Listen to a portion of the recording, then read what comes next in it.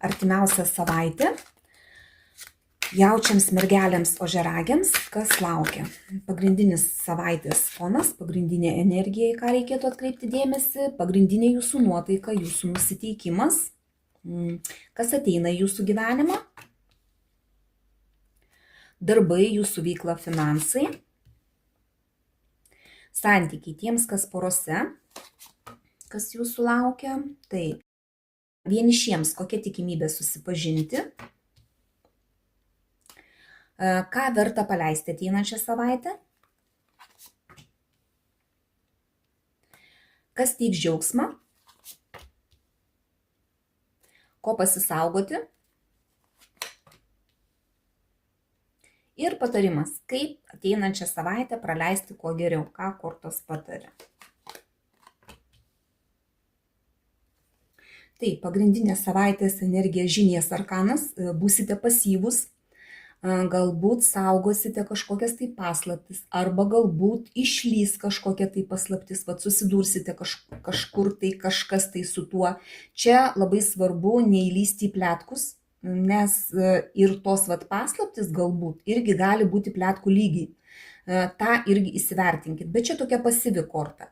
Kai patys busite nusiteikę, tai jausmingai busite nusiteikę, busite linkę įsimylėti, jausti, busite linkę prisitaikyti prie aplinkinių nuotaikos, ta prasme, nes taurių pažas visą laiką apie tai. Busite patys kaip vaikai, taip gal net toks vaikiškumas kažkoks viduje bus. Kas ateina į jūsų gyvenimą, kažkoks tai šansas.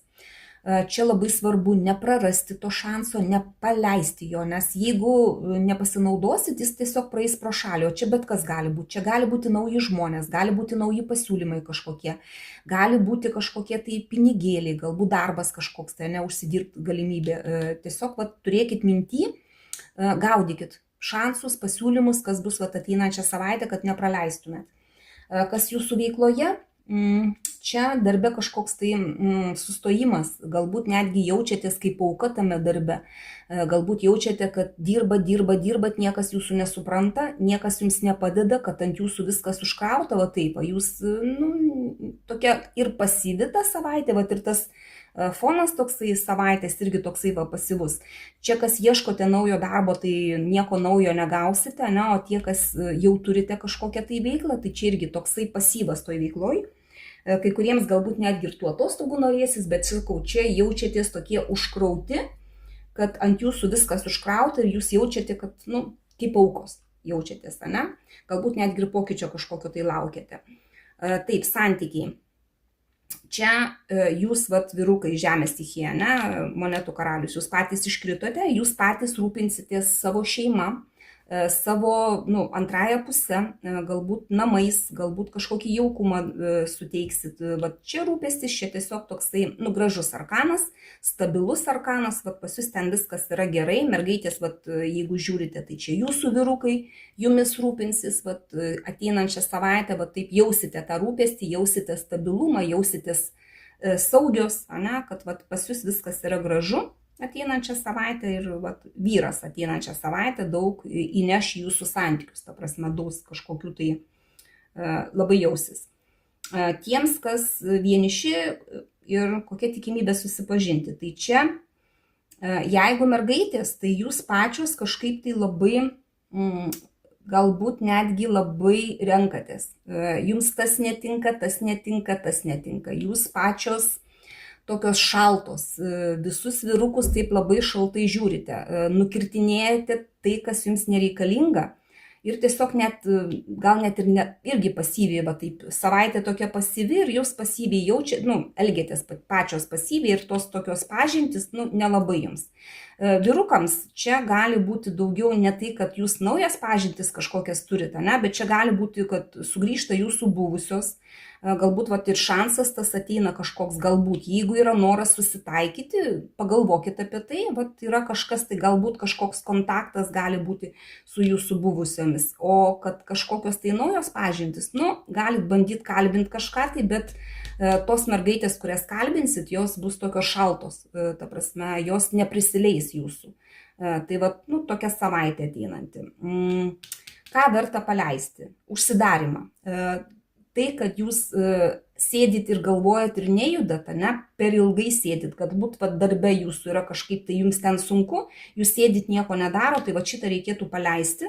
Galbūt irgi čia santykiuose vieni ilgą laiką esate, ne, irgi tą vienatvę reikėtų paleisti, reikėtų bandyti kažką tai keisti savo santykiuose arba, ne, jeigu liečia santykius, ne, išeikit iš to tokio užsidarimo ir nieko nedarimo, per ilgo galvojimo, nors ir pasyvi dar savaitę, bet jūs pagalvokit, kad tą pasyvumą galbūt reikia paleisti tam, kad matytumėt šansus naujus.